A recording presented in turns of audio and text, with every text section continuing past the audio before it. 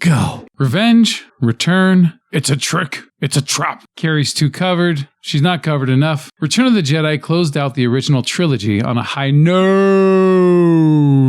These 13 things may not be special editions, but at least they won't second guess themselves. Number 13. It took 6 people to work the full-size animatronic of Jabba the Hutt. Number 12. Following the success of Boba Fett, George Lucas admitted that he had no idea that the character would become so popular. He mentioned that if he had known, he would have given the bounty hunter a more memorable death scene. Lucas even considered adding a shot of Boba Fett escaping the Sarlacc pit for the 2004 DVD release. Ultimately, he decided against it as he did not want viewers to be distracted from the intended storyline. Number 11. During the shot in which Salacious Crumb is chewing off C-3PO's eye, Anthony Daniels had a panic attack while in the C-3PO suit. While filming, he didn't actually say his lines, which were dubbed in post-production, but repeated, get me up, over and over. This is the take used in the final cut. Number 10. Fake scripts were distributed to some cast members that were considered likely to leak information to the media. Some of these phony story elements were indeed leaked, such as Lando being revealed as the last hope for the Jedi mentioned by Obi-Wan and Yoda in The Empire Strikes Back.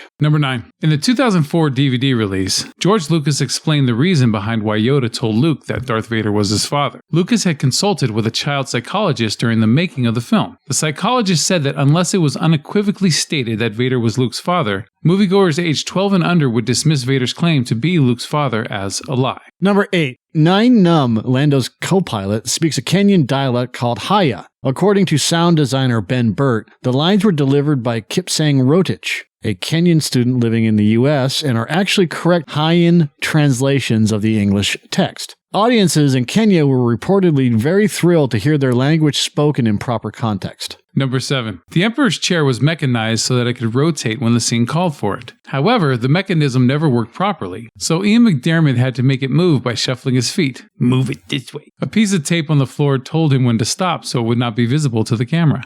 Number 6. Mark Hamill pitched the idea of Luke donning Darth Vader's helmet after Vader's death, leaving the ending in Luke's character more ambiguous or ominous. Lucas disagreed, opting for a happy ending. Number 5. Admiral Akbar's famous line, "It's a trap," was originally scripted as, "It's a trick." The line was changed in post-production after a negative test screening. Number 4. The point of view shots for the speeder bike sequence were achieved by having a camera operator with a Steadicam walk through the forest at normal speed, with the camera filming at 1 frame per second. When the footage was played back at 24 frames per second, whoa! It gave the appearance of flying through the forest at high speeds. Number 3. John Williams' son, Joseph Williams, the lead singer of the pop rock band Toto, collaborated on part of the score and wrote lyrics for the Ewok songs. Number 2. The Jabba the Hutt puppet took Stuart Freeborn's team 3 months to build, cost $500,000 to make, and weighed 2,000 pounds. Number 1. Carrie Fisher really cared about Warwick Davis's well-being during filming, as he had to spend it in a hot Ewok costume. She also provided him with cookies and chocolate milk between takes. Davis later commented, "She was everything an 11-year-old Ewok could possibly wish for." And those are the 13 things that you probably didn't know about Return of the Jedi.